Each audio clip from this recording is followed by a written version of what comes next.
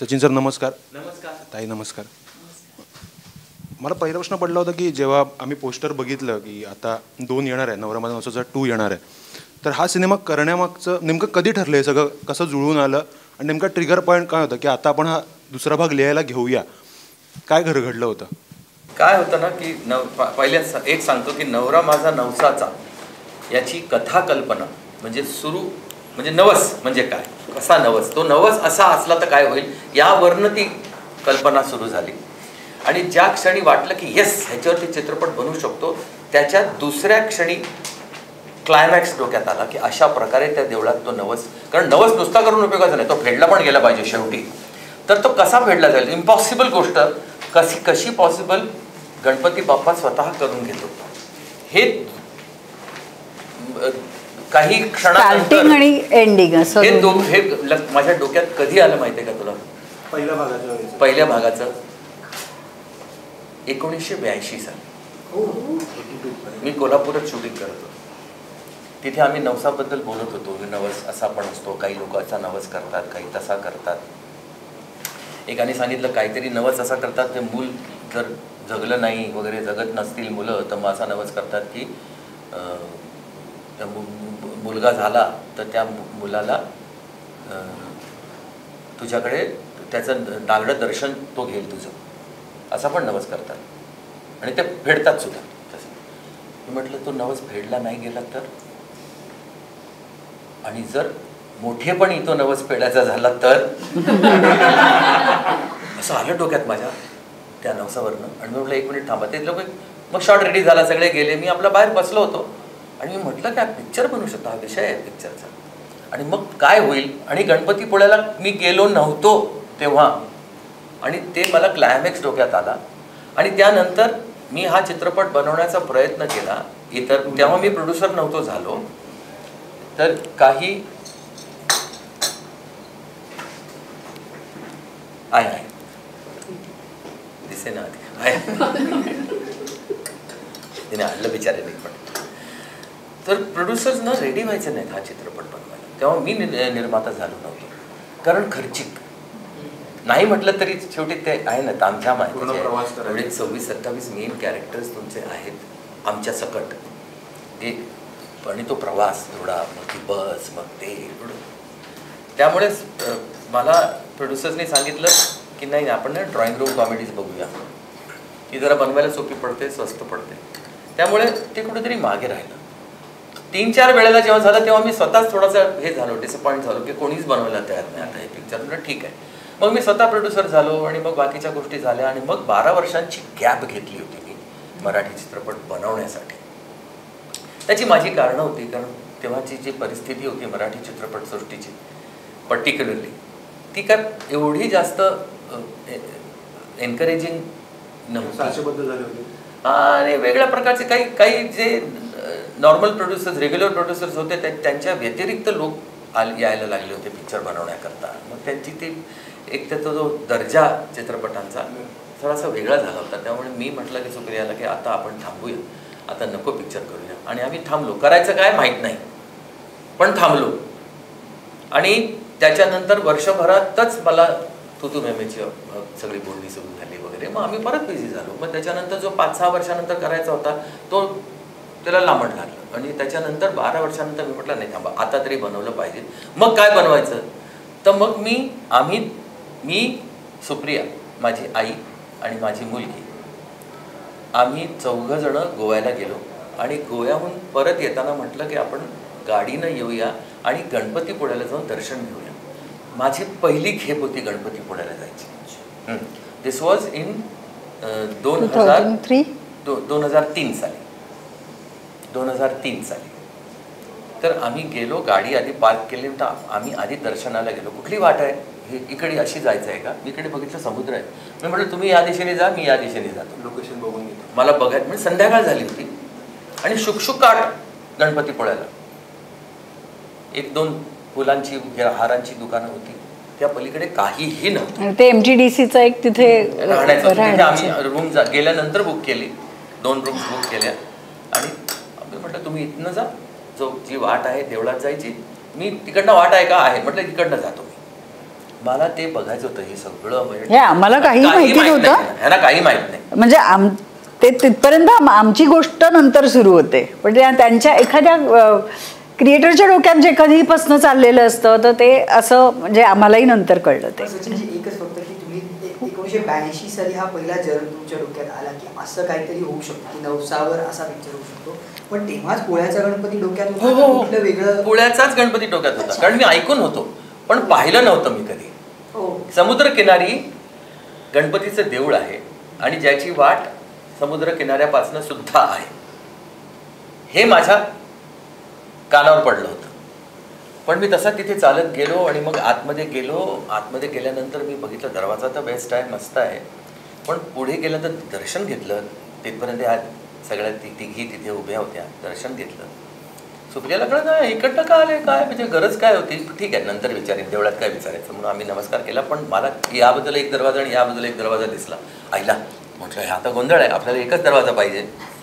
हे 2 दरवाजे इथे आहेत गाभाऱ्याच्या कडे यायचे, आता काय करायचं. मग दुसऱ्या क्षणी डोक्यात आलं की आपण हे 2 दरवाजे दाखवलेच नाहीत तर लोकांना वाटेल हा एकच दरवाजा आहे ना. एकदम पटकन लॉजिकमध्ये जात नाही का. इमोशन आणि लॉजिक या 2 गोष्टी जर समोर ठेवल्या तर इमोशनचं वजन जास्त असतं लॉजिकपेक्षा नेहमी, कळलं. तर डोक्यात आलं सगळं, दर्शन वगैरे घेतलं. उद्या सकाळी आम्ही येऊन मी आणि सुप्रिया आम्ही अभिषेक करू वगैरे सगळं सांगितलं.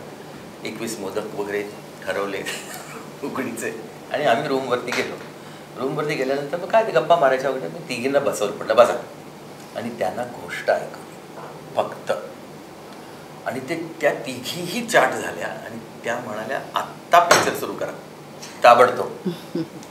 म्हटलं ठीक आहे. मग मी मुंबईला गेल्यानंतर संतोष पवारला बोलवलं.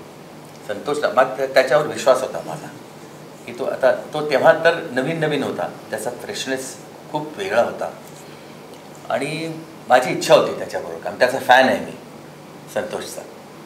तर मी संतोषला बोलवलं आणि त्याला सांगितलं ही गोष्ट आहे. तो म्हणाला व्हेरी गुड. तेव्हा चित्रपटाचं टायटल ठरवलं होतं मी, चला ना गडे.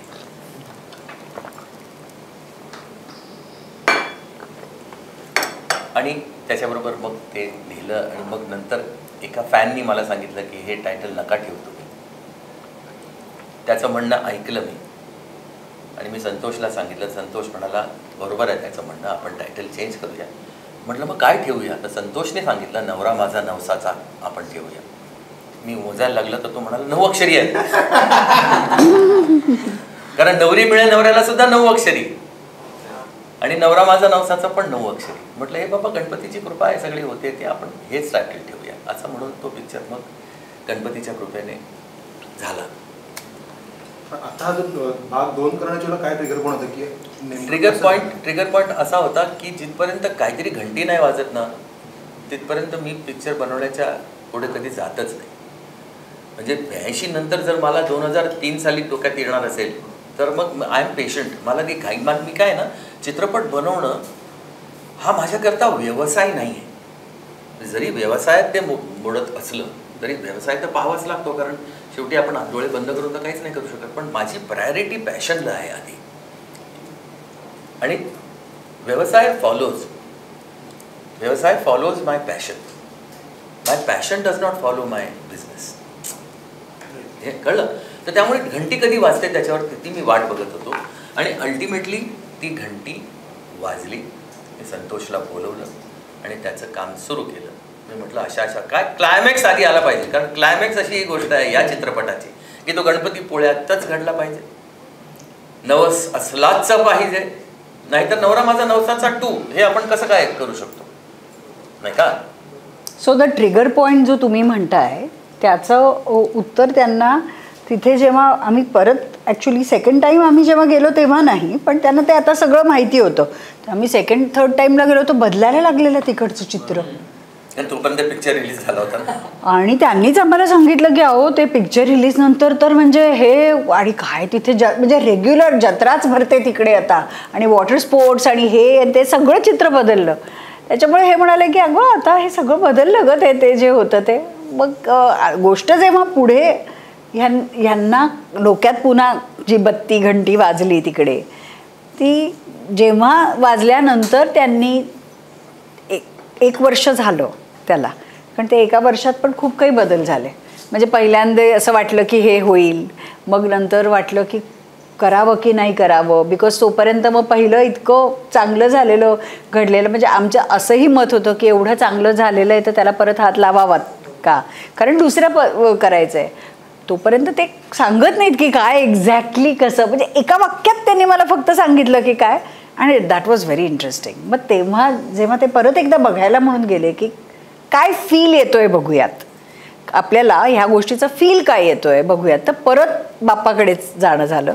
मग बाप्पाच्या देवळात गेल्यानंतर मग त्यांना मग तिथे निर्णय जो आहे तो असा, त्यांना गणपतीचा असल्यामुळे कनेक्शन जो तुम्ही म्हणता इंटरनल, तर त्यांना तिथे वाटलं की हा हे शिक्कामोर्तब आपल्याला करायला पाहिजे, ह्याच्यावरती आपण काम करायला पाहिजे. आणि मग वर्षभर जवळजवळ त्यांनी त्याच्यावरती काम केलं. मग एक ड्राफ्ट होता, तो ड्राफ्ट परत बदलला, त्यांना तो आवडला नाही पहिला ड्राफ्ट. हां, तर मी म्हटलं नाही, I have to push my dates वगैरे ठरल्या होत्या चित्रपटात शूटिंगच्या, पण त्या कॅन्सल केल्या.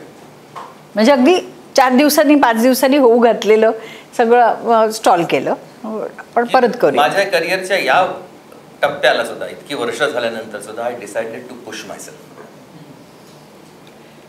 ते महत्वाचं होतं माझ्याकडे. शेवटच्या सिनेमाची पुण्यही असताना आपण काही प्रेक्षकांना द्यायचं नाही, जे काही देणार आहे ते व्यवस्थितच दिलं पाहिजे आपल्याला कोणत्याही परिस्थितीत. आणि ते काही दुसऱ्या कोणासाठी नाही, स्वतःसाठी पण असतंच ना. असं आपल्यालाही वाटतं की आपण जे करतोय ते काहीतरी चांगलं असलं पाहिजे. ते तर त्याच्यात पुण्याईनी लोक येणार, पहिल्या पिक्चरच्या पुण्याईनी थिएटरमध्ये येणार, पण थिएटरमधनं बाहेर निघणं त्यांचं ते सुद्धा माझ्याकरता महत्वाचं आहे ना, फक्त येणं नाही. ताई मला विचारायचं होतं की पहिल्या सिनेमाच्या वेळेला आणि या वेळेला सुद्धा कास्टिंगच्या बाबत नेमकं दादांच्या तुमचं कम्युनिकेशन कसं व्हायचं की तू हे काम करायचं आहेस, तू हा रोल कर, हा रोल करशील का, कसं नेमकं असतं नेमकं तुमचं? नाही, ते नेहमीच माझा विचार करत आलेले आहेत. आणि म्हणजे मी खरंच ग्रेटफुल आहे. मी काही फार जास्त सिनेमे केले नाहीत, पण आजही लोक मला ज्या काही सिनेमांमुळे त्यांच्या मनात मी घर करून आले ते सगळे सिनेमे ह्यांचेच आहेत. म्हणजे एवढं असं झालेलं आहे की लोकांना असंही वाटावं की मी बाहेर कुठे कामच करायचं नाही असं ठरवलं आहे का, पण तसं काही नसताना सुद्धा ह्यांच्यातला जो दिग्दर्शक आहे तो माझ्यासाठी अत्यंत प्रेमाने भूमिका लिहून देतो. आणि त्यावेळेला सुद्धा त्यांनी ते माझ्यासाठी लिहिलं होतं. सो ऑब्व्हियसली आता आम्ही असणारच होतो त्याच्यामध्ये, एका वेगळ्या आयुष्याच्या एका वेगळ्या टप्प्यावरती आम्ही असतो. तेव्हा नेहमी ते मला जेव्हा सांगतात तेव्हा ते अतिशय उत्साहाने काहीतरी चांगलं लिहिलेलं असतं, तेव्हा तसंच मला सांगतात. त्या बीट त्याच्यामुळे त्यांनी एकुलती एकमध्ये माझी भूमिका नव्हती तरीसुद्धा त्यांनी मला ऑब्व्हियसली ती आईचीच भूमिका होती, श्रियाचीच भूमिका होती. सो ऑब्व्हियसली ती मी केली, पण मध्ये काही चित्रपट आले ज्याच्यात मी नव्हते त्यांच्या, तर ते त्यांनी मला नाही ऑफर केले. पण बनमाबंदीच्या वेळेला तर मी तिला सांगितलं होतं, कारण तू आता म्हटलं नवरी मिळ्या नवऱ्याला केलंयस, माझा पती करोडपती, हे दोन्ही पिक्चर्स तिचे पिक्चर्स होते ना. तर म्हटलं बनवा बनवी हा काही तुझा पिक्चर नसणार आहे, पण हा पिक्चर असा आहे ना की या पिक्चरमध्ये तू असणं फार गरजेचं आहे माझ्याकरता. कारण तू आर्टिस्ट म्हणून आहेस, तू किती चांगली आर्टिस्ट आहे ते लोकांना माहिती आहे, पण तरीसुद्धा ह्या पिक्चरचा एक भाग होणं ही खूप महत्त्वाची गोष्ट आहे. जसा मी ते नाही बोललो तिला तेव्हा, पण जसा आज शोलेचा मी एक भाग आहे, ही कशी माझ्याकरता महत्त्वाची गोष्ट आहे. मी काय मेन रोल नव्हता केला चित्रपटात, पण त्या चित्रपटाचा भाग आहे हे तुम्ही नाकारू नाही ना शकत. ही एक गोष्ट माझ्याकरता अभिमानाची गोष्ट आहे, म्हणजे त्याला आनंदाची, अभिमानापेक्षा आनंदाची गोष्ट आहे. तसंच सुप्रिया बनवा बनवीचा भाग होणं ही पण एक आनंदाची गोष्ट आहे. म्हटलं ती ह्या पिक्चरमध्ये तुला हे असं काही करायचं नव्हतं, असं काही नव्हतं तुला, पण तरी सुद्धा माझी इच्छा आहे की तू ते करावंस. पण मी हे का सांगतोय तुला कळलं पाहिजे. नेहमीच सांगतात तसं, म्हणजे कुठल्याही आपण अरे ह्याच्यामध्ये तर काही नाही, हे सेटवरती गेल्यानंतर किंवा स्क्रिप्ट वाचल्यानंतर कळता कामा नाही आर्टिस्टला आधीपासून. आणि ही थोडीफार शिंग जी फुटली ती नंतरच फुटली मला, एवढेच म्हणजे नवऱ्याकडेच शिंग, बाकी कुठे काय प्रश्नच येत नाही. मग ते ऐकून ठरवायचं काही नाही. नुसती फुटली नाही, ती मारायला पण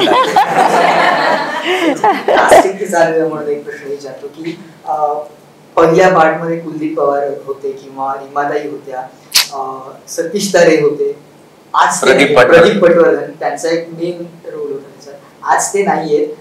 अशा वेळी तुमचं फिलिंग काय असतं की पहिल्या भागात जे कलाकार असतात आणि आता ते म्हणजे तुम्ही म्हटलं तरी आपण त्यांना घेऊ शकत नाही आता, कारण ते ती विंग ओलांडून तो पडदा ओलांडून गेले, तर तो एकंदरीत इमोशनल भाग पण आहे त्यातला, आणि आता नवीन कलाकारांबरोबर घेऊन एक नवीन गोष्ट तुम्ही सांगताय, तर याचं फिलिंग कसं आहे?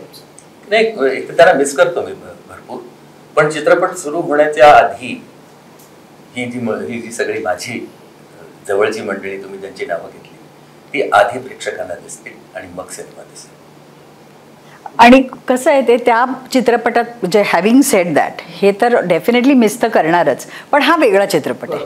आणि ह्या चित्रपटात ते म्हणजे असते तर आम्हाला ते सपोर्टिव्ह मागे, आमच्या मागे खंबीर उभे असते. एखाद दोन त्याच्यातली पात्र रिपीट करता आली असती तर, पण अदरवाईज तसं काही नाही. पण आमच्या बरोबरीने ते असते आम्हाला, जे अजूनही मी बिलीव्ह करते की ते असतील, म्हणजे इन्स्पिरिट ते असतील. त्याला जे आम्ही मिस करतो ना, ते फक्त नवरा माझा नवसासाठीच फक्त मिस करतो, अशातलं नाहीये भाग. हा, पण लोकांना मात्र नक्कीच असं वाटणार बघताना. कारण लक्ष्मीकांत पण जसं लालू आणि प्रसादमध्ये ते करणार होते आणि ते गेल्यामुळे मग सुनील तावडे आले, तर ते त्यांनाही आम्ही मिस केलं. सो डेफिनेटली ही जी काही की कॅरेक्टर्स होती, ती की कॅरेक्टर्स ह्या चित्रपटाच्या गोष्टीत नाही आहेत, पण ती कॅरेक्टर्स अजरामरच आहेत. आणि आम्ही काय विचार केला या चित्रपटात, आपण ह्याला सिक्वल कुठल्या प्रकारचं म्हणू शकतो, तर आपण फ्रँचायझी म्हणून ह्याच्याकडे बघू शकतो. कळलं? उदाहरण द्यायचं झालं म्हणजे अजून जास्त सोपं समजण्याकरता, मुन्नाभाई MBBS, आणि त्याचा त्यांनी सिक्वल काढला मुन्नाभाई लगेरो मुन्नाभाई. करेक्ट आहे? तर मुन्नाभाई MBBS मध्ये त्याची हिरोईन वेगळी होती, तुमच्या लगेरो मुन्नाभाई मध्ये त्याची हिरोईन वेगळी होती.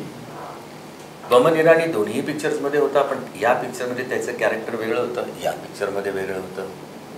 ही दोन मेन कॅरेक्टर्स त्यांनी तीच ठेवली, मुन्नाभाई आणि सर्किट, ही दोन मेन कॅरेक्टर्स ठेवली. बाकीचे आर्टिस्ट जरी रिपीट केले तरी कॅरेक्टर्स दुसरे होते. पण त्याला एक सिक्वल, बट फ्रँचायझी सिक्वल असा जो एक त्यांनी जो दृष्टिकोन त्यांचा जो होता, तो जरा थोडासा काय म्हणतो आपण कंटेम्पररी पॉईंट ऑफ व्ह्यू होता. तशाच टाईपचा पॉईंट ऑफ व्ह्यू आम्ही ठेवण्याचा प्रयत्न केलेला आहे या चित्रपटात. आमच्या दोघांची कॅरेक्टर तीच आहे, आम्ही दोघंही तीच कॅरेक्टर, फक्त भक्ती आणि वॅकी आम्ही करतो, आणि गणपती बाप्पा, आणि आपले गणपतीपुळ्याचे गणपती बाप्पा हे तेच राहणार आहेत. बाकी नवीन कॅरेक्टर्स आणि प्रवास कॉमन आहे, पण तो वेगळा आहे. म्हणजे यावेळेला बसचा नाही आहे, तर कोकण रेल्वेचा आहे. त्या कोकण रेल्वेच्या मध्ये आता तिकडे अशोक हा TC होता, आता तो कोकण रेल्वे हे होता, कंडक्टर होता, आता कोकण रेल्वेमध्ये तो TC आहे. निर्मिती पण आहे, पण यावेळेला ती आत्या नाही आहे, तर ती स्वप्नीलची आई आहे. आणि आमच्या मुलीचा रोल करते आहे हेमल इंगळे. हे सगळं कास्टिंग आहे, हे नेमकं कसं की हेमलला ही भूमिका देऊया, स्वप्नीलला ही भूमिका देऊया, ते कॅरेक्टरायझेशन तुम्ही कसं केलं? फार सोपं होतं ते करायला. का डिफिकल्ट अशा करता नव्हतं की ही सगळी मंडळी ज्यांची नावं मी आता घेतलेली आहेत ती आमची फॅमिली. स्वप्नील फॅमिली आहे. हेमलला मी इंट्रोड्यूस केलं होतं 2019 साली, तेव्हापासनं ती आमची फॅमिली झाली. त्या पिक्चरपासनं निर्मिती तर नेहमीच फॅमिली होती. निर्मिती तर म्हणजे मला माझ्या स्वतःच्या घरी येऊ देणार नाही जर मी तिला घेतलं नाही पिक्चर. आणि आम्ही सगळे अशोकच्या फॅमिली मधले आहोत, त्याच्यामुळे अशोक आम्ही it's a matter of family. हा चित्रपट बनवणं म्हणजे नवरा माझा नवसाचा किंवा नवरा माझा नवसाचा 2 हे चित्रपट बनवणं इज अ फॅमिली अफेअर माझ्यासाठी. कारण असं नाही की जरुरी नाही आहे की म्हणजे कसं असतं ना, ह्यांच्या बरोबर मी बघितलेलं आहे, ज्यांना ह्यांच्याबरोबर खूप काम करण्यात मजा येते त्यांना ह्यांना आपसुकच त्यांच्याबरोबर काम करण्यात मजा येते. आणि एकूण एक एक्सपिरियन्सच चांगला असला पाहिजे, ह्याकडे नेहमीच त्यांचा एन्जॉयेबल पाहिजे. जराही त्यांना असं वाटलं की नको आपल्याला इथे जरा हे होईल, तर तेच जर का तुम्हाला तसंच प्रोडक्ट चांगलं तेवढंच चांगलं जर का बनवू शकणार असेल, आणि इनफॅक्ट अशा ट्युनिंगमुळे ते जास्त चांगलं होतं. ट्युनिंगमुळे त्याच्यामुळे जे एन्जॉय आम्ही त्या बसमध्ये केलेलं तसंच आम्ही इथे आत्ता केलं. म्हणजे असं नाही की म्हणजे मलासुद्धा भरपूर पर्याय असतीलच की, किंवा हेमलला असतील किंवा स्वप्नीलला असतील, पण ॲज अन ॲक्टर त्यांनी त्यांची केपेबिलिटी ऑफ ॲक्टिंग तर प्रश्नच येत नाही. हे तर वादातीतच आहे, कोण कसं काय त्यांचा संबंध इट्स अन ओपन बुक. पण काम करताना पण ट्युनिंग जे महत्त्वाचं असतं ते त्यांनी नेहमीच त्याला प्रायोरिटी दिलेली आहे. कारण काही काही अनुभव येतात असे की अरे त्रास झाला यार, त्याच्यापेक्षा मग हे हसत खेळत काम झालं तर जास्त चांगलं. दादांची एक गोष्ट मला आवडते, मी ते फोनवर असेल किंवा भेटले असेल तर एखादी गोष्ट खूप छान समजावून सांगतात किंवा हे असं आहे किंवा हे असं आपण करूया नको किंवा हे आपण असं करूया काय उत्कृष्टपणे सांगतात. दिग्दर्शक म्हणून तुम्ही जेव्हा त्यांच्यासमोर असता किंवा त्यांच्या दिग्दर्शकांनी कोणती गोष्ट तुम्हाला जास्त भावते आणि कोणती गोष्ट आवडत नाही? परफेक्शन, दोन्हीचं उत्तर एकच आहे. ते मला आवडतं पण ते कधी कधी खूप भारी पडतं. मग असं वाटतं की कधी कधी स्पॉन्टेनिटीमध्ये कधी असू शकतं. ते दोन्हीचं उत्तर एकच आहे माझं, परफेक्शन हे. ते प्रतिक्रिया काय ना, बायको बरोबर काम करणं ही खूप लोकांना सोपी गोष्ट वाटत असेल. बायको बरोबर काम करण्यामध्ये काय असतं की ती कधी तुमच्या बरोबर बॅडमिंटनची पार्टनर बनते आणि कधी अपोनंट बनते कळत नाही. तिच्या स्वतःच्या कन्व्हिनियन्स प्रमाणे ती वागत असते. कधी ती तुमच्या बरोबर पार्टनर म्हणून खेळत असते, कधी पटकन आले की थम अपोनंट म्हणून पण खेळत असते. म्हणजे आपल्याला कोणाशी कसं खेळायचं ते कळतच आहे. खेळत असते ना बस. तिचं म्हणणं खेळते ना ते महत्वाचं असं असतं. आणि हे फक्त काय आमच्या दोघांमध्येच आहे, फक्त अशातला भाग नाही. जी नवरा बायको एकत्र काम करतात त्या सगळ्या नवरा बायकोमध्ये हे घडतं, घडत असावं.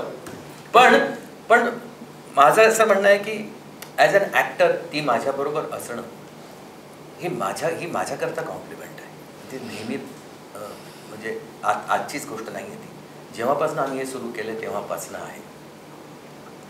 ॲक्टर म्हणता म्हणजे एका डायरेक्टरला काय हवं असतं? उत्कृष्ट कलाकार. करेक्ट आहे. तर माझ्या उजव्या बाजूला अशोक सराफ, करेक्ट, आणि ही वामांगी रखुमाई माझी. हे दोन लोक माझ्याबरोबर असताना मला सवळ वाटणार नाही तर काय वाटणार? बरोबर आहे की नाही? आणि ॲज अन ॲक्टर मी सुप्रियाला माझ्याहून जास्त मार्क्स देतो ॲज अ डायरेक्टर. मी एका दिग्दर्शकाच्या खुर्चीवर बसून मला बेटर ॲक्टर कोण आहे तर सुप्रिया आहे. मग काम करायची, मग विचार करायचा. कामाच्या आधी कन्सीव्ह करणं कुठलीही गोष्ट, तो रोल, मग ते सीन्स मग तसे येतात का आपल्याला माहिती आहे की हे चांगले होणार, हे चांगले दिसणार, लोकांना आवडणार, ह्याची खात्री असते ना आपल्याला. असं म्हणून मी माझी बायको आहे म्हणून हिला नाही घेत पिक्चरमध्ये, ती चांगली ॲक्टर आहे म्हणून तिला घेत. हे सगळी नावं पण स्वप्नील म्हणा, निर्मिती म्हणा, हे चोख काम करतात आणि जसं तुम्हाला हवंय ते समजून घेतात आणि मग करतात. ज्याने काय होतं एंड रिझल्ट त्याचा सुंदर. नाही पण ॲज अ टास्क मास्टर आहेत ते. जे तुम्ही म्हणालात परफेक्शन, मी जे म्हटलं तुम्हाला टास्क मास्टर आहेत. म्हणजे ते घरून न दिसणारी छडी त्यांच्या आवाजात असते ती, कळलं ना. त्याच्यामुळे आम्ही सगळे ते करतो. त्यातल्या त्यात मीच त्यांना चिडवत असते थोडीशी. ते बाकी सगळे व्यवस्थित करतात. त्यातल्या त्यात मी परत चिडवणं बाकी सगळ्यांना खूप आवडतं. हा कारण आणि मग ते तिच्या बाजूने असतात. एक हेमल फक्त माझ्या बाजूने होती, बाकी स्वप्नील नाही. पण आता ती पण नाहीये, कारण आता ती पण माझ्या खिशात आहे. सर आपण कुटुंब कास्टिंगचा विषय म्हणतोय. जसं तुम्ही म्हणाल की मागे तुम्ही ताईंना आग्रह धरला होता की तू या प्रोजेक्टचा भाग असायला हवं असं तुम्हाला वाटत होतं. श्रियाताई पण खूप उत्तम OTT वरती आणि बाकी प्लॅटफॉर्मवरती काम करतात. तुम्ही तसं काही तिला आग्रह धरला होता किंवा विचारणा केली होती? एक पहिल्यांदाच धरला होता, पण तेव्हा तिने मला मस्त उत्तर दिलं होतं. मी तिला तिचं काम बघितलं मी आधी आणि मला असं वाटायचं नाटक बघितलं. ही हिंदी नाटक करत होती. NCPला आम्ही गेलो होतो. ते पाहिल्यानंतर मी म्हटलं अरे हिच्यात स्पार्क आहे. हे आम्हाला माहीत, म्हणजे मला माहीत नव्हतं. हिला कदाचित असेल माहिती पण मला नव्हतं माहिती. नाही माझे म्हणजे ते नाटक तिने पहिल्यांदाच केलं होतं आणि तेव्हाच त्या नाटकाच्या तालमीतच तिला हे स्वतःला रिअलाइज झालं की मला ऍक्टिंगच करायचे. आणि तिने आम्हाला बोलवलं आणि प्रयोग झाल्यानंतर बाहेर पडताना त्यांनी मला सांगितलं का चांगलं काम केलं. म्हणजे ही वॉज नॉट एक्सपेक्टिंग. मला अजिबात आणि मलाही काय चाललं मी तर खूपच क्रिटिकल आहे. त्याच्यामुळे मी पण तिला सांगितलं, पण हे मला म्हणाले चांगलं केलं, चांगलं काम केलं, हिला काम करता येतं. मग म्हटलं का नको विचार करूया. म्हणून त्यांनी गाडीतनं परत जातानाच तिला म्हटलं की अगं तू चांगलं काम केलं सांग. म्हटलं श्रेया पिक्चर बनवायचा का तुझ्याबरोबर, तू आणि मी आपण पिक्चर एक बनवूया, लिहितो स्क्रिप्ट मी. ती म्हणाली लिहा ना स्क्रिप्ट, पण ती स्क्रिप्ट मला द्या तर मी हो की नाही ते सांगेन. आता मी गप्प झालो. मी म्हटलं माझीच पोरगी आहे त्यामुळे ती बोलणार असं. ठीक आहे म्हटलं ओके. मी म्हटलं ओके असं म्हटलं तिला. मग ती स्क्रिप्ट तयार करून तिला दाखवली. मग त्याच्यानंतर तिचे सजेशन्स त्याच्यात आले. मग ते इन्कॉर्पोरेट कसे केले, जे पटलं मला ते केलं, नाही पटलं ते तिला मी सांगितलं either you convince me or I convince. तर त्याच्यामध्ये ते करून मग शेवटी आम्ही एका ह्याच्यावरती आलो, डिसिजनवरती आलो आणि मग ती स्क्रिप्ट तयार झाली. त्याच्यामुळे आता पुढचं पिक्चर तेव्हा मी तिला त्या पिक्चरमध्ये तू काम करावंस हा आग्रह केला होता. अर्थात तिला आवडलं तरच. मग तिला आवडलं ते तिने केलं. त्यानंतर तिने स्वतःची दिशा स्वतः तयार केली. एक स्वतःचा एक स्थान तिने मिळवण्याचा प्रयत्न तिचा अजूनही चालू आहे आणि आम्ही तिला सपोर्टिव्ह आहोत. तिच्या कामामध्ये आम्ही दोघंही इंटरफिअर करत नाही. कधी बोलतो, कधी सांगतो, विचारलं तर. नाही विचारलं आम्ही बोलत नाही. पण ती विचारतेच नेहमी ऑफकोर्स. तिला जास्त, मला तेवढं जास्त नाही. कारण नाही, तिला एक हे आहे की आई म्हणजे आई. त्यामुळे ते आईचं तिचं ते सगळं चालू असतं ते मी पाहत असतो. मला ते आवडत असतं. पण मराठी चित्रपटाचं जे सांगितलं तर ती इनफॅक्ट की ना, म्हणजे ती म्हणाली की आई तू पप्पांबरोबरच नेहमी केलंस, त्याच्यामुळे लोकांना असं वाटतं. So if I have to do another film that will be with somebody else. असं कारण असं नाही वाटतं का मला की हे फक्त करायचं तर मग वडिलांबरोबरच काम करायचं, बाहेर करणार नाही. सो असं म्हणजे ती असं नको. It's not a family matter. आणि मलाही आवडेल की तिने कुठल्या दुसऱ्या फिल्म मेकर बरोबर छानसा रोल केला किंवा काय, तर मला आवडेल. पण तसं झालं पाहिजे. आणि काय होतं ना, ह्यांचं कसं आहे, हे इतके वर्ष कार्यरत आहेत. तुम्ही बघाल तर त्यावेळेचे लोक, इट्स नॉट अबाउट कंपू पण असं तुम्ही काम करताना नेहमी ही लोक जी आहेत ती अशा आपले ट्युनिंग जमलेल्या लोकांबरोबरच करतात काम. तुम्हाला त्याच्यात जास्त गोष्टी सुचतात, मग तुम्ही पहिल्यांदा त्यांना विचारता, मग ते नसतील तर दुसऱ्यांना. त्याच्यामुळे ते तसं झालेलं आहे. आणि ही सिन्स त्यांचा स्वभावच मुळात खेळकर असल्यामुळे तुम्ही असं सगळ्यांना बरोबर, त्याच्यामुळे ते फॅमिली हे होतं. इट डझंट मीन की तसंच झालं पाहिजे. सो क्रिएटिव्हिटीच्या बाबतीत हा एक खूप म्हणजे ऍडव्हान्टेज असतो की तुम्ही तुमच्या समान विचाराच्या लोकांबरोबर असाल तर ती जास्त फुलते. म्हणजे कुठेतरी तिकडे म्हणजे समान विचार म्हणजे असं नाही की मला हे पटत नाही सांगणं, हे सुद्धा उलट आहे. आम्ही सगळे आमच्या सगळ्यांचे डॅगर्स आणि तलवारी बाहेर असतात. प्रोसेस आहे परत. हो हो, पण रोकथाम नाहीये ना यांना. हा, सुप्रिया, श्रिया, स्वप्नील, निर्मिती त्यातल्या त्यात गप्प असते. नाही पण तरी सुद्धा ती सांगते. पण सांगायचं तिला वाटलं. अशोक हे लोक मला सोडतात असं वाटलं तुम्हाला? अजिबात. आणि मी पण नाही सोडत मग त्यांना. हो, आधी सुरू करायच्या आधी आम्ही सोडत नाही आणि सुरू केल्यानंतर ते आम्हाला सोडत नाही. एकदा ठरलं नाही की त्याच्यानंतर मग चिक चिक चुक चुक नाही करायची. माझ्या लक्षात बचकेच असायचा तो. काय तर त्याची सवय होती मध्ये मध्ये काहीतरी करायची. मी म्हटलं हे करायचं नाही, अजिबात करायचं नाही. ते तिकडे बाहेर ठिकाणी चालेल तुझं सगळं, माझ्याकडे नाही चालणार. ओके, तो शिवाजी, आम्ही मावळे.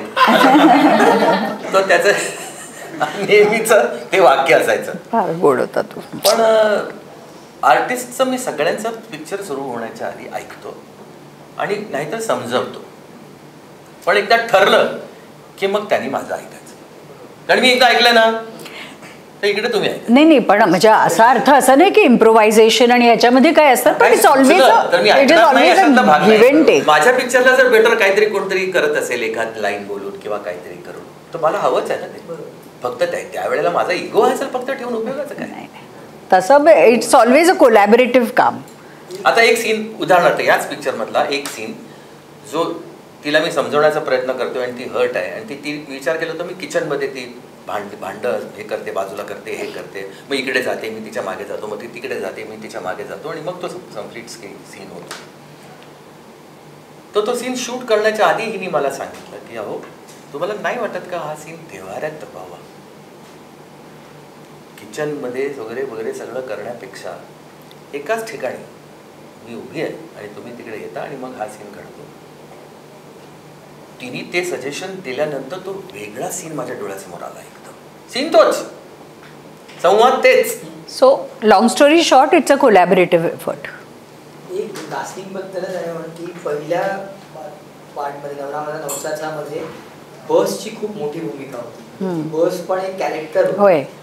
आता तुम्ही रेल्वेवर आलेला आहात तर मग ते म्हणजे हे कसं की पहिल्या बस झाली मग आता रेल्वे करूया असं होतं का ते स्टोरीमध्येच काही वेगळं तुम्ही हे केलं होतं? नाही, त्यात मला एक वेगळी कॅरेक्टर हवी होती. जसं या पिक्चरमध्ये आता नवरा माझा नवसाचा 2 ह्याचा अर्थ काय? फक्त भाग 2 आहे म्हणून 2 आहे तर आहे, पण फक्त तेवढाच अर्थ नाही आहे. अजून एक अर्थ आहे की म्हणजे पहिल्या चित्रपटात एक कपल होतं, या चित्रपटात 2 कपल आहेत. हा एक अर्थ आहे. अजून एक अर्थ आहे, डबल द फन. कळलं? तर हे जे नवीन कॅरेक्टर्स आलेत, हे जे कपल आले नवीन म्हणजे 2 कॅरेक्टर्स, आमच्या मुलीचं कॅरेक्टर आणि आमच्या होणाऱ्या जावयाचं कॅरेक्टर, हे 2 नवीन कॅरेक्टर आहेत. ठीक आहे. अशोक एक नवीन कॅरेक्टर करतोय, निर्मिती एक नवीन कॅरेक्टर करते, वैभव मांगले एक नवीन कॅरेक्टर करतोय, त्याच्यानंतर जयवंत वाडकर एक नवीन कॅरेक्टर करतोय, सिद्धार्थ एक ॲडिशनल कॅरेक्टर करतोय, नवीन कॅरेक्टर. म्हणून मला एक बस ही केली असेल तर ती रिपिटेटिव्ह वाटण्याची शक्यता. हा म्हणजे तसं मग ते पुन्हा लोक बोलायला तेच परत, मग तर अजूनच कम्पॅरिझन झालं असतं. तर त्यामुळे मग नवीन काहीतरी आपण करूया. तर नवीन करण्यामध्ये मग प्रवास तर करायचा पाहिजे. इट्स अ ट्रॅव्हल फिल्म, प्रवास तर पाहिजेच. तर मग ट्रेन का नको? आणि कोकण रेल्वे ती सुद्धा जी लोकांना आपली वाटते. सो बेसिकली बाकीच्या आम्ही गाडीने कसे जाणार? आम्ही गाडीत मग काय होणार? रस्ता पण चांगला नाही. हो ते ना, म्हणजे कॅमेरा सारखा हलतोच असंच असेल. म्हणजे तुम्हाला असं म्हणायचं का आमचे पिक्चर्स लोक 20-20, 30-30 वर्ष पाहतात, त्यामुळे तेव्हा सुद्धा त्यांना रेलेव्हंट वाटेल जर रस्ता खराब आहे असं म्हटलं तर. पूर्ण केला नाही. हो 20 झाली. पण एनिवे त्याच्यामुळे सुद्धा सेकंड क्लास. हा फर्स्ट क्लासने वगैरे नाही जात, कारण त्यांना आयत्या वेळेला तिकीट नाही मिळत. तर त्यामुळे ते अफोर्ड करू शकतात फर्स्ट क्लासने जाणं, बट त्यांना तिकीट आयत्या वेळेला मिळत नाही. असं काय काय आहे, बट इट्स फन बेसिकली. त्यामुळे सर्वसामान्य माणसं सगळी त्यांच्या मधून माणसं जेव्हा जातात तेव्हा आपल्या माणसं, कारण मी बेसिकली आम्ही मिडल क्लास मेंटॅलिटीची माणसं आहोत. आम्हाला तुम्ही किती काही दिलं तरी सुद्धा आम्ही तेच राहणार.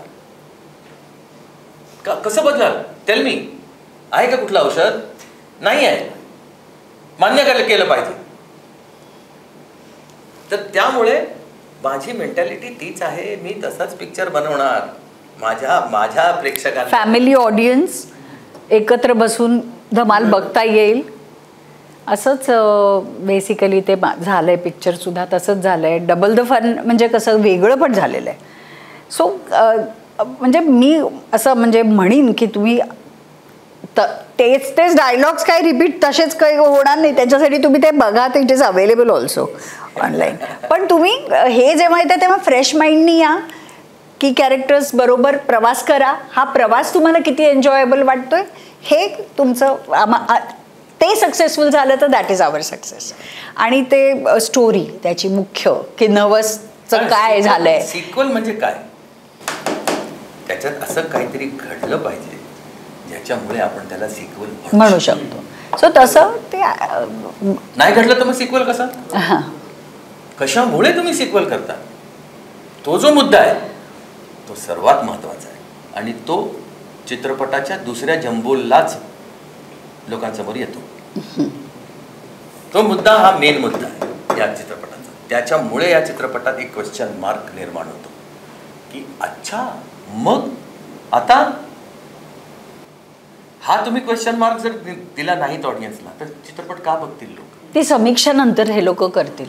तुम्ही करा आणि सांगा. मी समीक्षा नाही करत, मी शेअर करतो माझं. आणि मला तुम्हाला एक प्रश्न विचारायचा आहे नंतर, सर्वात शेवटी मी तो प्रश्न नक्कीच विचारेन. जसं प्रथमेशने मगाशी श्रेयाचा उल्लेख केला, सिनेमा भाग 2ची जी स्क्रिप्ट तुम्ही श्रेयाला दाखवली का की जरा वाचून बघते एखादा रोल करशील का? ती आम्हाला सिनेमात दिसणार. अर्थात तिचे सजेशन्स म्हणजे टेरिफिक असतात. ते सजेशन्स म्हणजे ती अशी तलवार काढूनच बोलते, आईचीच मुलगी आहे तिच्या. पण बेसिक काय, मला एक गोष्ट माहिती आहे की फक्त ती नाही तर माझी धाकटी बहीण सुद्धा, आम्ही काल तिघही, तिचा वाढदिवस होता काल माझ्या धाकट्या बहिणीचा, तर आम्ही चौघही बसलो होतो, गप्पा मारत होतो. तर त्या तिघींचं पण म्हणणं, आणि मला ते पटतं की त्यांना नाही काळजी वाटणार माझी तर कोणाला वाटणार. आणि निंदकाचं घर असावं शेजारी असं आपण म्हणतो, ते घर शेजारी नाही आहे, आमच्याच घरात आहे. त्यामुळे ते माझ्यासाठी माझं भलं व्हावं याच उद्देशाने मला सतत ते सांगत असतात. आणि मी स्वतःला भाग्यवान समजतो की अर्थात शेवटी मला जे हवं ते मी करतो, ही गोष्ट वेगळी आहे. पण श्रियाचं काय किंवा अजूनही कोणाचे इनपुट्स ते म्हणून मी जे 1 वर्ष मध्ये पूर्ण रेडी बाउंड स्क्रिप्टचं रिडिंग झालेलं असं सगळ्यांचं बसून, आणि त्याच्यानंतर त्यांनी ते स्क्रिप्ट शेल्फ करून त्याच्यात मॉडिफाय केलं. आणि हे करण्यामागे त्यांच्या काही त्यांना जे वाटतंय, आता चला तुम्ही you are the closest wellwisher, हे आहेत हे आहेत, तुम्ही काय काय सांगितलं आहेत, आणि त्याच्यावरतीच त्यांनी पुन्हा सगळा विचार करूनच मग त्यांनी परत ते केलं, असं झालं. आता पडद्यावर आम्हाला श्रेया दिसणार, कारण का पहिल्या सिनेमात अनेक पाहुणे कलाकार होते, तर यात काही नाही, या चित्रपटात नाही. कारण काय, मी तिला ना तिला जे योग्य असेल त्या हिशोबाने तिला प्रेझेंट मला करायचं आहे. आणि जसं ही म्हणाली तसं की तिने इतर दिग्दर्शकांबरोबर, आता तिने जे काही स्थान स्वतःचं मिळवलंय किंवा तिचा जो प्रयत्न चालू आहे तो इतर दिग्दर्शक आणि चांगल्या दिग्दर्शकांबरोबर तिने कामं केलेली आहेत. तर आणि वेगवेगळे रोल्स केलेले आहेत, असं नाही की एकाच टाईपचे रोल्स केले, त्यांनी व्हेरिएशन्स आहेत. तर त्यामुळे तिने मराठी चित्रपट सुद्धा करावा ना, तर तो कुठल्या तरी मेकर करता. पण पाहुणी कलाकार हो, आता बघूया, लेट्स सी. सस्पेन्स म्हणजे बरोबर नाही अगदीच सस्पेन्स. मला एक आणखी एक ट्विस्ट होतं की जसं आपण ST मधून ट्रेनमध्ये आलो, त्या ST मधलं वॅकी हे कॅरेक्टर आमच्या स्मरणात येतात, पण त्यासोबत जे वॅकीचा पुतळा जो होता तो नाही, आम्ही विसरलेलो नाहीये. हो, तो नाही आहे यावेळेला, पुतळा नाही आहे. ते ट्विस्ट काय आहे मग? ट्विस्ट कॅरेक्टर आतापर्यंत गणपती बाप्पा हा पहिल्या पिक्चरमध्ये एक आराध्य दैवत ज्याला आपण मानतो त्याचा उल्लेख असा होता. पण या चित्रपटात गणपती बाप्पाची मूर्ती एक कॅरेक्टर आहे जी पहिल्यापासून शेवटपर्यंत चित्रपटाच्या या फॅमिलीच्या बरोबर आहे. म्हणजे ट्रेनमध्ये प्रवासाला सुद्धा गणपती बाप्पा तिथे उपस्थित आहेत, आणि त्या मूर्तीमुळे काय काय गोष्टी घडतात. तुमच्या प्रश्नांवरून आम्हाला असं वाटतंय की हा म्हणजे येस करेक्ट, काहीतरी एक असं असतं ना की काय आहे एक एलिमेंट पुतळा होता. So I think we are successful in that की आता काय आहे ते. त्याच्यामुळे I think we can wait for just a month. किती तारीख आहे? 1च महिना आहे. हा, म्हणजे गणपती सगळे एन्जॉय करतील, गणपतीमध्ये रमून जातो अख्खा महाराष्ट्र, आणि मग गणपती विसर्जन होतं. पुण्यामध्ये तर विसर्जन 2 दिवस चालतं, 3ऱ्या दिवशी परत गणपती बाप्पा हजर आहेत थिएटर्समध्ये. दादा आणखी विचारायचं की विनोदी सिनेमे प्रेक्षकांनी ते बघणं, त्याचा आनंद घेणं आणि ते कालातीत राहणं, आजही आपण जुनी पानं पाहतो की तेव्हा तसं घडलेलं, तेव्हा हा सिनेमा खूप चांगला होता, हा विनोदी सिनेमा चांगला होता. या मध्यंतरीच्या वर्षामध्ये असं का घडलं नाही किंवा घडलं ते तिथं प्रेक्षकांमध्ये पोचलं नाही? काय वाटतं या मराठी सिनेमाबाबतचा विनोदी जो एक बाज होता चांगले सिनेमे करण्याचा? हे बघा, चेंज जो आहे, बदल हे कॉन्स्टंट आहे आपल्याकडे पूर्ण युनिवर्समध्ये. हे फक्त आपल्या इंडस्ट्रीमधली गोष्ट किंवा मराठी चित्रपटापुरती ती मर्यादित नाही आहे. तर त्या चेंजमध्ये विनोदाची व्याख्या बदलत गेली. मग लोकांनी कुठल्या प्रकारचा विनोद आपल्या लोकांना आवडतो वगैरे वगैरे. मग काही असे चित्रपटसुद्धा आले ज्याच्यात थोडा दर्जा खाली गेला विनोदाचा वगैरे वगैरे. पण लोकांनी तो पाहिला, त्याचे नंबर्स पण आले वगैरे वगैरे सगळं आलं, तर लोकांना वाटलं की विनोदी चित्रपट म्हणजे असाच असतो. असं नाही. प्रत्येक माणसाची पद्धत वेगळी असते चित्रपट बनवण्याची. माझी पद्धत ही आहे. काही लोकांची कॉमेडी सादर करण्याची पद्धत खूप मेसी असते, गडबड गोंधळ भरपूर असला तर मग ती कॉमेडी होऊ शकते. माझी पद्धत ती नाही आहे. माझी पद्धत सिम्प्लिफाय करा, कीप इट सिम्पल, आणि लोकांना हसू द्या. आपण माकडे चेष्टा करायची गरज नाही आहे लोकांना हसवण्याकरता. आपण सिरियस राहून पण अशी सिच्युएशन आणू शकतो ज्याच्यात लोकांना पोट धरून हसावं लागतं. आम्ही हसलो तर काय उपयोग आहे? ऑडियन्सने हसलं पाहिजे ना. तर त्याचा प्रयत्न तुमचा असला पाहिजे. असं मी सिच्युएशनल कॉमेडीज बनवणारा माणूस आहे. मी स्लॅपस्टिक कॉमेडी बनवत नाही, मी फार्सिकल कॉमेडी बनवत नाही. हां, कधी कधी माझ्या कॉमेडीमध्ये काय म्हणतात, काही गोष्टी अशा आहेत त्या फारफेस्ट असतात, त्या तिथपर्यंत ठीक आहे. म्हणजे सतत तेच घडत राहिलं तर तुम्ही कसं पाहणार? ते तुम्हाला जारिंग वाटणार की अरे हे थोडंसं जास्त होतंय, हे नाही एवढं नको. कधी कधी मध्ये एखादी कॅरेक्टर असते की ते करून जाते, मग त्या क्षणापुरतं त्याची जी गंमत तुम्हाला मिळते ती त्या क्षणापुरती असते.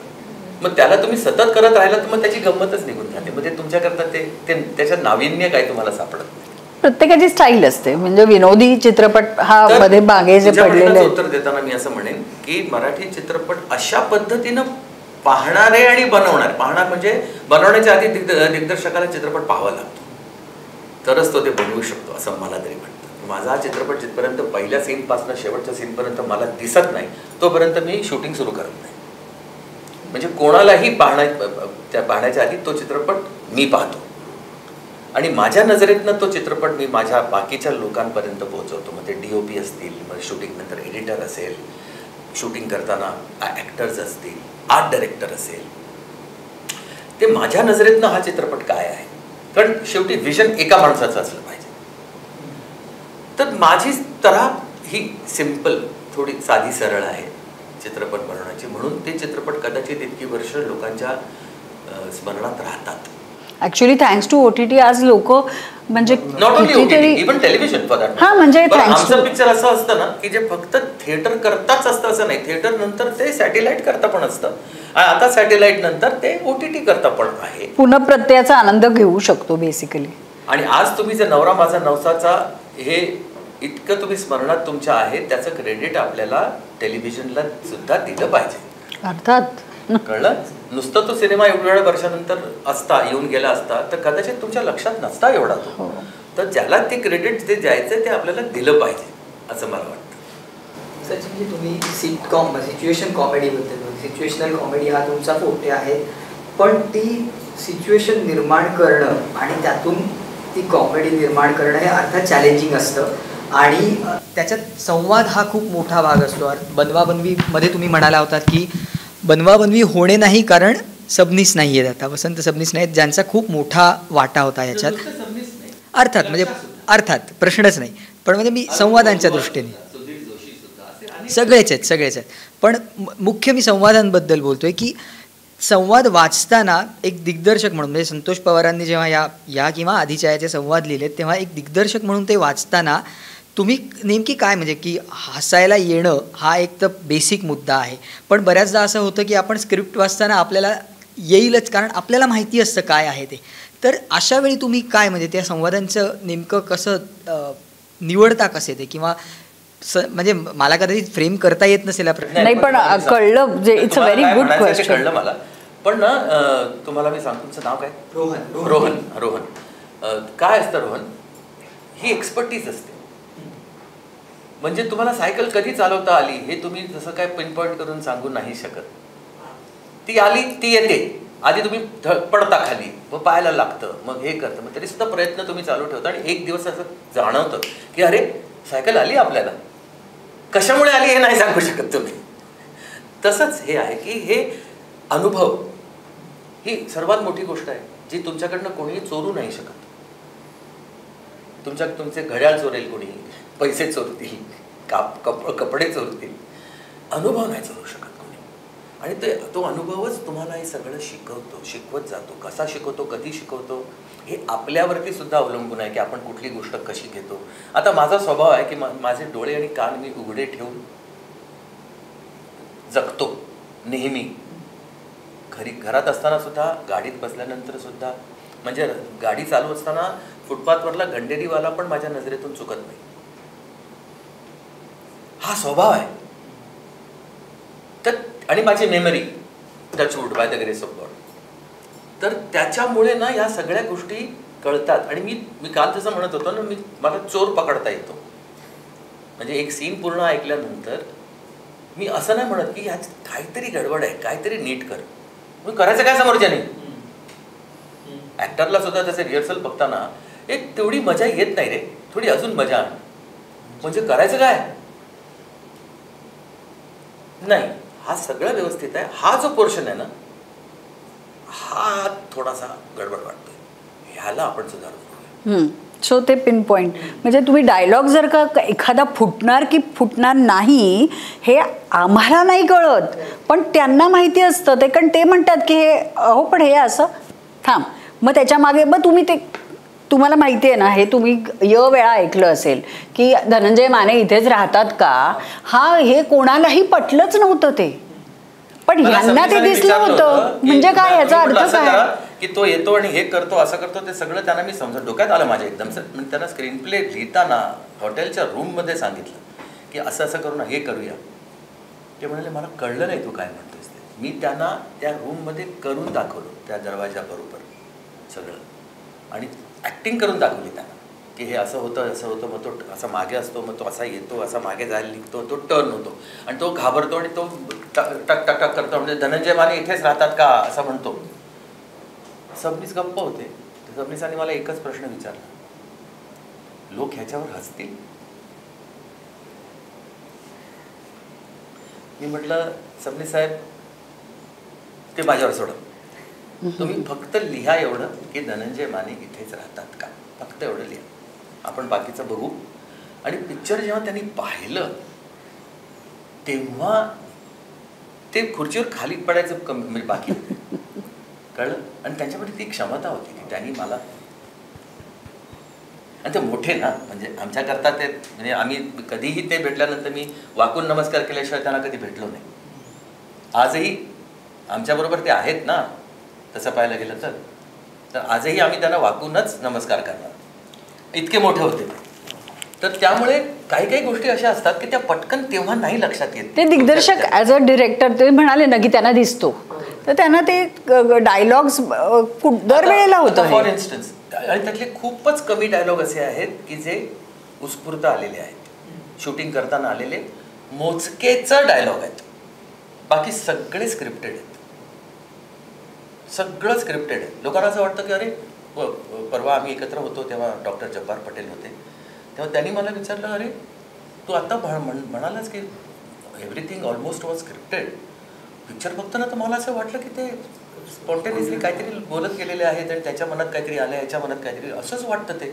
म्हटलं ते असं वाटलं पाहिजे ना डॉक्टर, नाहीतर काय मजा. ते म्हणाले हो रे बरोबर आहे. ते म्हणाले दोनदा पाहिला मी बनवा बनवी. त्यांचं मोठेपणा की ही सेड दॅट, बट फार मोजके आहेत. म्हणजे मोजायचं झालं तर 3 डायलॉग मी तुम्हाला आत्ता सांगू शकतो.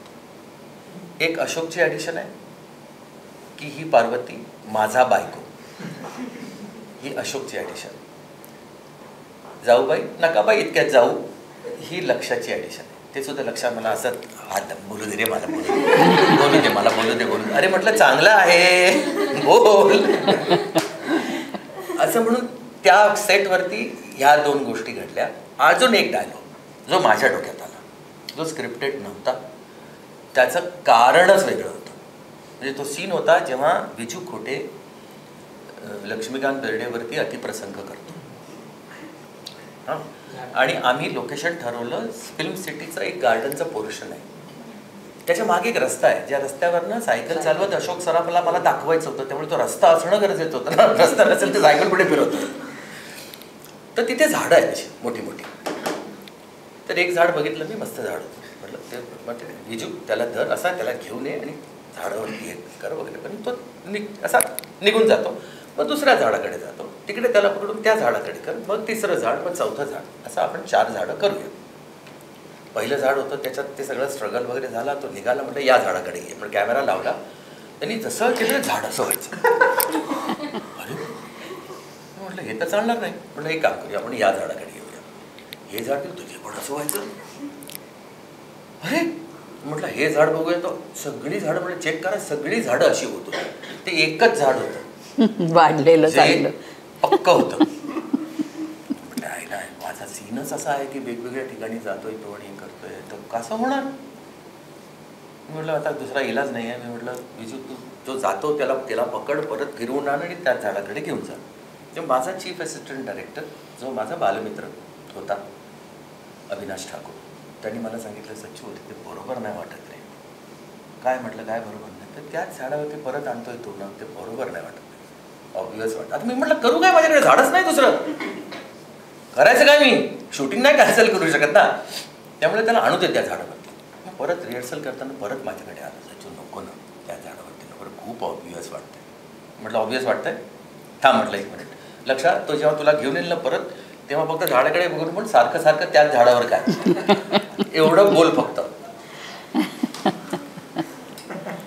आणि तो ते बोलला, अजरामर झाला डायलॉग.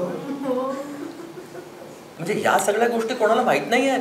पण इव्हन नवरा माझा नवसाचा मध्ये पण तसंच आहे ते, म्हणजे व्हर्जिनल आहे किंवा डायलॉग नव्हता तिथे. मी त्याला म्हटलं, माझा एक कलकत्ता ह्याचा हैदराबादचा एक माणूस होता जो माझ्या वडिलांच्या प्रोडक्शनमध्ये होता, तो व्हर्जिनल म्हणायचा. उसके व्हर्जिनल पिक्चर ना ये थी. कोणची व्हर्जिनल पिक्चर, ते माझ्या डोक्यात होतं. तर मी अशोकला सांगितलं, म्हटलं अशोक एक काम कर, ते लिहून होतं ओरिजिनलच. ते होतं ओरिजिनल, ही डुप्लिकेट आहे, डुप्लिकेट आणि हे ओरिजिनल. मी म्हटलं तू व्हर्जिनल म्हण. काय व्हर्जिनल, ते डुप्लिकेट म्हणतोयस ना तू, मग हिला का तू करेक्ट बोलतोयस, व्हर्जिनल बोल. तो म्हणाला बरोबर आहे. मी तिला तुम्हाला ओरिजिनल म्हणायचं का, तेच म्हटलं मी. हे जे त्याचंच आहे. तर अशा पण गोष्टी काही ना काहीतरी माझ्या डोक्यात येत जातात. सो मोस्टली स्क्रिप्टेड त्यांच्या डोक्यात असतं ते. जसं मगाशी म्हटलं की खूप छान समजवलं, त्यामुळे खूप छान प्रश्न समजवलं आपल्याला. फक्त जरा ते वेगवेगळं तुम्हाला यातलं कोणतं पाहिजे ते तुम्ही घ्या. मी सगळं माझ्याकडे सांगितलं, तुम्हाला कोणतं समजतं ते तुम्ही घ्या. नाही, कल्पेश राज कसा माझा खूप जवळचा आहे. मी इथे येण्याच्या आधी पण त्याला फोन करून विचारलं होतं की मी पठाणी काढून आलेलो, चालेल का तुला. बाई यांचं कपड्यांचं फारच असतं बाई, यांना ही लव्ह टू ड्रेस अप. तुम्ही या घाल. काय आहे ना की एवढी आम्ही ओपन आहोत एकमेकांच्या बरोबर, त्यामुळे आम्हाला हे नाही, काय म्हणतात त्याला, फॉर्मॅलिटी नावाची गोष्ट नाही आहे. मगाशी तुम्ही म्हणालात की ताई, तुम्ही म्हणालात की तो पहिला सिनेमा मधल्या काही ट्रिगर पॉईंट आहेत यावेळी आम्ही केलेल्या आणि त्या आता छान जुळून आल्या असं तुम्हाला वाटतं. तर आणखी एक ट्रिगर पॉईंट माझ्यासाठी होतं की हिरवा निसर्ग जे गाणं आहे यशोदजींनी गायलं आहे, तसं आम्हाला यावेळेला पण काय ना काहीतरी हवं आहे. त्याचं थोडंसं आम्हाला सांगू शकाल? नाही, ते हिरवा परत तेच आलं म्हणजे रिपिटेशन होणार, वेगळं गाणं वेगळा गायक. त्याकरता आपल्याकडे एक आहे गंमत, एक वेगळा कलाकार आणि वेगळा सिंगर, म्हणजे त्यांनीच स्वतः गायलेलं आहे गाणं जे ट्रेनमध्ये घडतं. तर त्याची पण मजा एक वेगळ्या प्रकारे तुम्हाला मिळणार आहे, एवढं मात्र नक्की. काय आहे ना, पण घुसडता नाही येत. पहिला आमचा जो ड्राफ्ट होता ना, तो असा मोठा होता की ज्याच्यात तुम्ही म्हणाला असतात ते सगळं होतं. पण मग ते केलं असतं ना, मग तुम्ही लिहिताना म्हटलं असतं की हे अनावश्यक आहे, हे नॉट दॅट वी थिंक की असं म्हटलं जाईल किंवा असं, पण असं होऊ शकतं.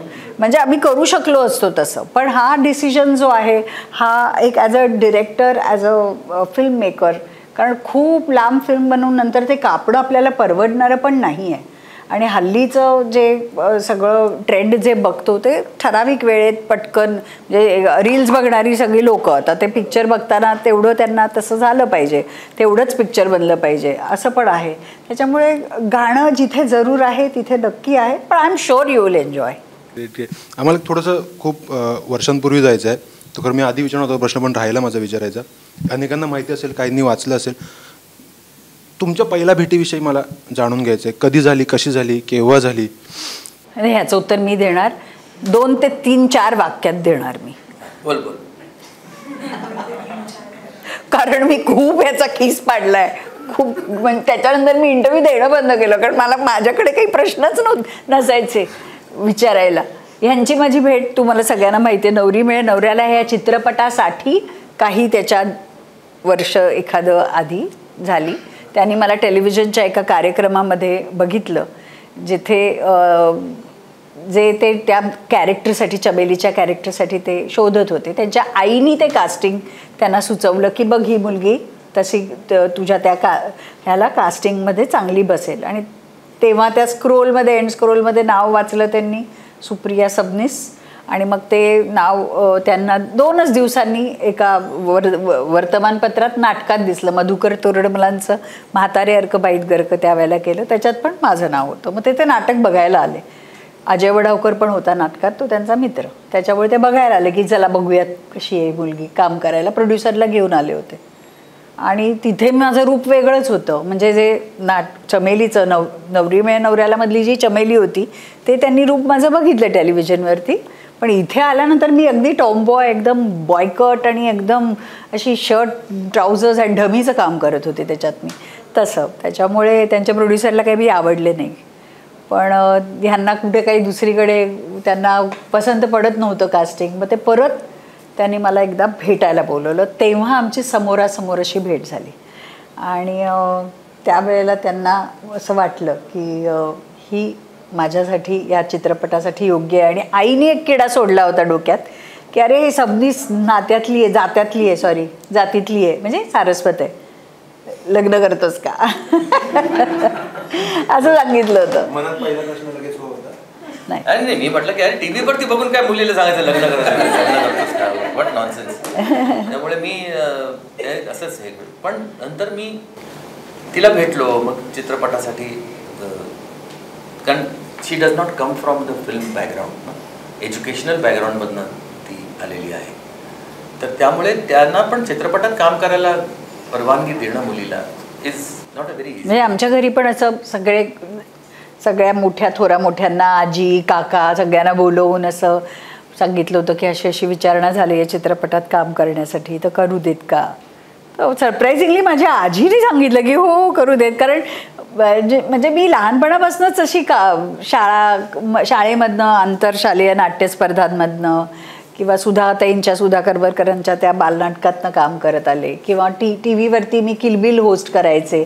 सो म्हणजे मला तसा त्यांनी खूप हे दिला होता. पण चित्रपटात काम करायचं म्हटल्यानंतर त्यांना असं वाटलं आपण हे विचारलं, म्हणजे घरात विचारलं पाहिजे घरातल्या मोठ्यांना.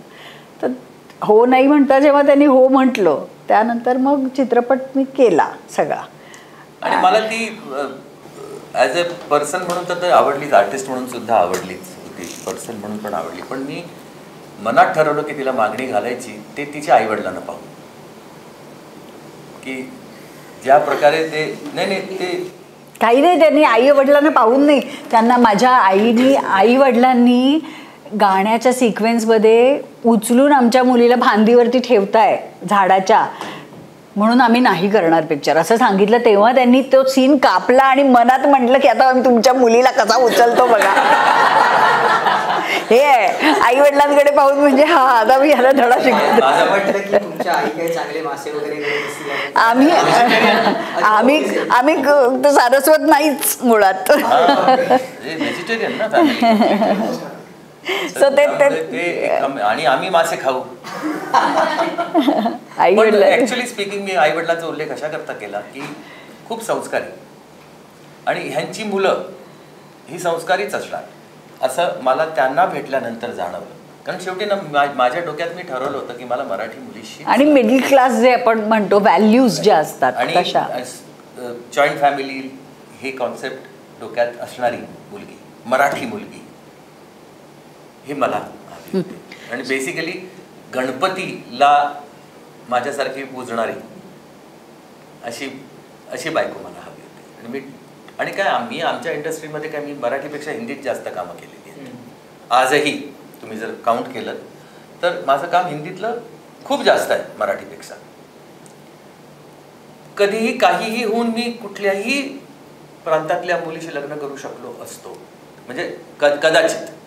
पण माझ्या डोक्यात मी हे ठरवलं होतं की मला मराठीचं मुलगी पाहिजे म्हणजे बायको म्हणून. आणि गणपती बाप्पांनी ते ऐकलं. जसं हा एक उल्लेख केला तशी इतरही खूप प्रलोभनं त्या क्षेत्राकडे असतील किंवा त्या भाषेकडे असतील, ते सर्व बाजूला सोडून किंवा ते तेवढ्यापुरतं ठेवून मराठीशी जुळून राहणं, मराठीचं नेहमी त्यात ते करणं, हे नेमकं की ते म्हणजे असं मनात कधी आलं नाही का की आपण जर तिकडेच जाऊया आणि तिकडे छान सेटल होऊया? अजिबात नाही. तसं जर असतं तर मी अष्टविनायकमध्ये कामच नसतं केलं. कारण त्या काळात मी इतका बिझी होतो हिंदीमध्ये. पण मला अष्टविनायक, गणपती, आराध्य दैवत आणि आपल्या घरचं पिक्चर पप्पा बनवत आहेत. मी म्हटलं मी काम करणार. ते म्हणाले अरे तू डेट्स कशा देणार, तू इतका बिझी आहेस. म्हटलं मी देतो, मी काहीतरी करतो, मॅनेज करतो. पण एका अटीवरती, पैसे तर काय तुम्ही देणार नाहीत मला, पण एका अटीवरती की ते अष्टविनायकाची यात्रा पूर्णच्या पूर्ण शूटिंगला मी असलो पाहिजे. असं नाही की तुम्ही ते यात्रेचं शूट वगैरे सगळं 8ही गणपतीचं करणार आणि मला वेगवेगळ्या ह्याच्यावरती बॅकग्राऊंडवरती शूट करणार आणि ते मॅच कट करणार वगैरे. तसं असेल तसं नाही चालणार. या एका अटीवरती मी काम करीन पिक्चरमध्ये की मी तिथे सगळ्या अष्टविनायकाच्या देवळात मी तिथे असलो पाहिजे. तर त्यांनी मला हो म्हणून सांगितलं ठीक आहे तेवढं आपण करू असं म्हणून मी त्या काळात सुद्धा मराठीमध्ये काम केलं ना. तर त्यामुळे ती एक मराठीची ओढ माझी सुरुवात माझ्या करिअरची मराठीतच झाली. राजाभाऊ परांजपेंचा हात पकडून मी पहिलं पाऊल टाकले या इंडस्ट्रीमध्ये. तर मराठीची एक ओढ वेगळी आहे. म्हणजे किती काय म्हटलं ते सुद्धा आई आहे ना. आपण स्वतःच्या आईवरती प्रेम करतो याचा अर्थ दुसऱ्यांच्या आईचा तिरस्कार करतो असं होत नाही. मी हिंदी उत्तम बोलतो, हिंदुस्थानी उत्तम बोलतो, उर्दू उत्तम बोलतो, इंग्लिश बोलतो, मराठी तर बोलतो. पण माझं मराठी जास्त सुधारलं ते माझं लग्न झाल्यानंतर. माझ्या बायकोनी जे माझ्यावर संस्कार केले मराठीचे. माझं वाईट झालं पण यांचं चांगलं झालं. पण त्यामुळे ना ती मराठीचा एक फील मला नेहमीच पहिल्यापासून आहे तो. त्याचमुळे मी ठरवलं मला मराठी मुलीशी. आणि त्यांना नाटक, मराठी नाटकं तुम्ही म्हणाल ती नाटकं सगळी बघितलेली म्हणजे त्यांना मराठीचा टच खूप आहे. आणि मी वाचनाची सुरुवात माझ्या आयुष्यात जर केली तर ती मराठीनेच केली. लहान असताना मला पहिलं पुस्तक मी वाचलं मला आठवतं ते मराठी पुस्तक. मी इंग्लिशला नाही हात लावला तेव्हा. मला मराठी वाचायचं. मी मराठी अर्थात माझ्या त्या वयाला सुटेबल जे पुस्तकं होती तीच पुस्तकं वाचली मी. पण मी ती मराठी वाचली. तुम्ही सचिनजी हिंदीत काम केले, हिंदीत छोट्या टेलिव्हिजनवर पण तुम्ही खूप चांगल्या सिरियल्स डिरेक्ट केल्यात, प्रोड्यूस केल्यात आणि स्वतः कामही केलेले आहेत. आणि त्याही काळी गाजल्या होत्या आणि आजही रिपीट बघितल्या जातात यूट्यूबवर वगैरे. तर एक त्यावेळी म्हणजे जबान संभाल के असेल किंवा म्हणजे अर्थात पंकज कपूरची होती, तुमची जी होती सास बहू तू मैं होती, त्याच्यानंतर आणखीन एक सिरीज तुम्ही केली होती, हतकर्दी केली होती. तर अशा सगळ्या सिरीज आहेत किंवा देख भाई देख सारखी एक सिरीज होती. ते एक वेगळा जॉनर होता आणि ती अजूनही म्हणजे त्याच्यात एक इनोसन्स होता, कॉमेडी होती आणि फॅमिली एक ओरिएंटेशन होतं त्या सगळ्या सिरियलमध्ये. आज तशा सिरियल्स परत करायला गेलं तर ते तेवढ्या सक्सेस होत नाहीत किंवा त्या तेवढ्या बघितल्या जात नाहीत असा एक अनुभव असतो. तर नेमकं एवढ्या काही वर्षांमध्ये काय बदललं असं तुम्हाला वाटतं? सिंपल आहे त्याच्यामध्ये, गणितच सिंपल आहे. जेव्हा आम्ही ही सिरियल तुम्ही या सगळ्या सिरियलची नावं जी घेतली ती वीकली असायची, आठवड्यातून एकदा यायची, म्हणून ती सक्सेसफुल होती. त्याचं रूपांतर जेव्हा डेली सोपमध्ये झालं तेव्हा तुम्हाला सोमवार ते शुक्रवार किंवा शनिवार तुम्हाला ती सिरियल बघायला लागते. अशा जॉनरमध्ये तुम्ही अशा पद्धतीत तुम्ही अशा जॉनरची सिरियल काढूच नाही शकत. जर ती आठवड्यातून एकदा असेल तर तुम्ही ती काढू शकता, तुमच्या स्मरणात पण ती राहते, मग तुम्ही त्याच्यावरती आठवण करता, मग दुसऱ्या आठवड्याला अजून एक भाग आपण बघतो. त्यासाठी तुम्हाला एक आठवडा थांबावं लागतं. पण तुम्ही जर 5 दिवस किंवा 6 दिवस आठवड्यात हेच दाखवलं आम्हाला आणि ते बनवणार कसं, ते सोपं नाही आहे बनवणं. मी 19 वर्ष घेतली दुसरा भाग बनवायला, तर सोपं नाही आहे. पण आज म्हणजे त्याचं म्हणणं असं पण आहे की असं मग आज तसं वेलकम का केलं जात नाही, म्हणजे आवडतं लोकांना, ते जुनं बघायला आवडतं. चष्मा पण चालू आहे ना, ते सुद्धा डेली सोपच आहे. पण तुम्ही करून करून किती करणार, एक काहीतरी स्टॅग्नन्सी त्याला मिळणारच ना तुम्हाला. मग त्यात नवीन काहीतरी गोष्टी भरत राहा, मग हे करत राहा, मग ते करत राहा वगैरे. मग त्याच्यात थोडा कॉम्प्रोमाइज सुरू होतो. तो कॉम्प्रोमाइज तुम्हाला कितपत पडतो, कारण मी जसं म्हटलं तसं हा माझा व्यवसाय जरी असला तरी सुद्धा माझं पॅशन आधी आहे, व्यवसाय नंतर आहे. माझ्या पॅशनचं काय करायचं मी, की फक्त व्यवसायच बघायचं मी, तर मग मी का, आहेत लोक बाकीचे करणारे तसं, मी का करायचं. याच धर्तीवर मराठी सिनेमाचं नेमकं कुठे अडतंय किंवा काय गेला over the period of time अशी कोणती गोष्ट आहे की जी खूप खटकते तुम्हाला, ती बदलायला हवी आता तरी मराठी सिनेमा? का चांगलं चाललंय की चांगले मला बदल जर मला हवा असेल तर माझ्या प्रेक्षकांमध्ये एक बदल महत्वाचा मला हवा आहे, तो म्हणजे आपल्या मातृभाषेवर प्रेम करणं. पिक्चर्स बघायला थिएटरमध्ये आले पाहिजेत, तसं झालं तर काय काय टिकली तरच त्या भाषेमुळे घडणाऱ्या गोष्टी टिकणार. मग ते वर्तमानपत्र असो, पुस्तक असो, नाटक असो, सिनेमा असो, गाणी असो. नाटक बघतात लोक, पण मराठी चित्रपट थिएटरमध्ये जाऊन बघण्याची सवयच नाहीये लोकांना. प्रेम ही एक गोष्ट मला असं वाटतंय की ती गोष्ट आपल्या म्हणजे साऊथ मध्ये जे असतं की आपल्या भाषेतला चित्रपट जाऊन बघायला पाहिजे, आपल्या भाषेचा आणि आपल्या भाषेवरचा अभिमान आपल्याला असणं फार गरजेचं आहे.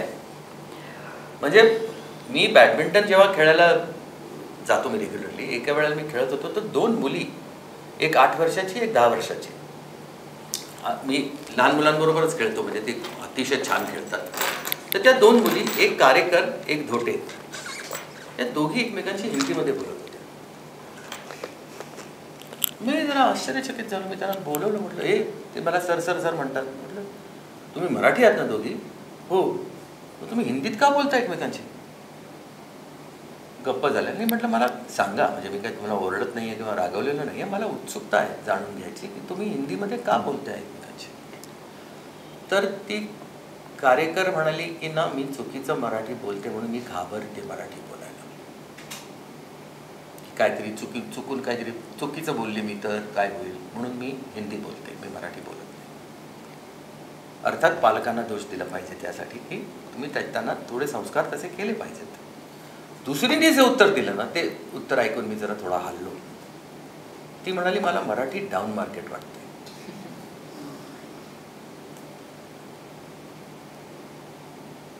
म्हटलं असं जर घडत असेल तर माझ्या मातृभाषेचं काय होणार?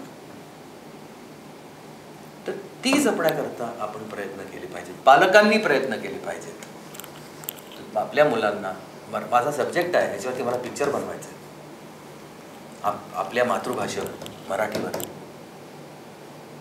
आणि तो मी बनवणार आहे, नक्कीच बनवणार आहे. कारण ती गोष्ट लोकांपर्यंत पोहोचली पाहिजे. त्या मुलींवरनं माझ्या डोक्यात आलं आणि ते शाळेतल्या मुलांमधली ती गोष्ट असली पाहिजे. तर आणि ती एंटरटेनिंग असली पाहिजे. म्हणजे जर तुम्हाला शुगर कोटेडच गोळी पाहिजे, जर तुम्हाला औषध द्यायचं असेल तर ती एंटरटेनरच ती फिल्म पाहिजे, पण हा विषय लोकांपर्यंत पोहोचला पाहिजे. त्यासाठी प्रत्येकाने प्रयत्न केला पाहिजे. आज आमची मुलगी ज्या इंग्लिशमध्ये शिकलेली आहे, सगळं आहे, पण ती जी मराठी बोलते, थँक्स टू सुप्रिया, बोलते ना, बोललं पाहिजे.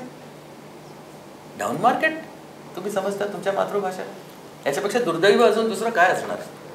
बरं, सगळीकडेच असं घडतं असं माझं अजिबात म्हणणं नाही आहे, पण ज्या ज्या ठिकाणी घडतंय तिथे ते सुधारलं पाहिजे. आणि त्यामुळे काय होणार आहे, आपल्याला सगळ्याच गोष्टींना फायदा होणार.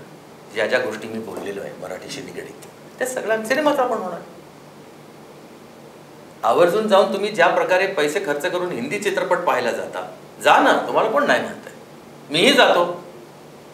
पण त्याच आत्मीयतेनं तुम्हाला मराठी चित्रपट सुद्धा पाहायला पाहिजे, मराठी नाटक सुद्धा पाहिलं पाहिजे.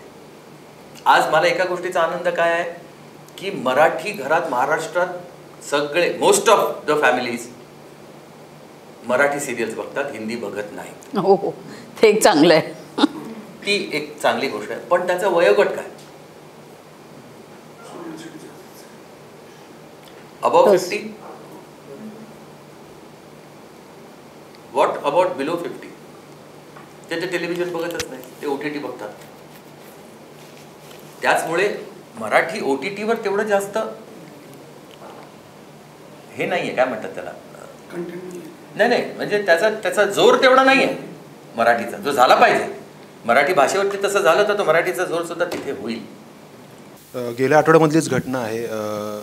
एक लेखक सांस्कृतिक कार्य विभागात जातो आणि तो म्हणतो की मला कलाकार असल्याचं सर्टिफिकेट हवं आहे, मला पुढे माझ्या कामाला म्हाडाचं जे काही आहे त्यात मला भरायचं आहे, घर लागलं आहे आणि त्याला ते भरायचं आहे की मी कलाकार असल्याचं मला सर्टिफिकेट हवं आहे.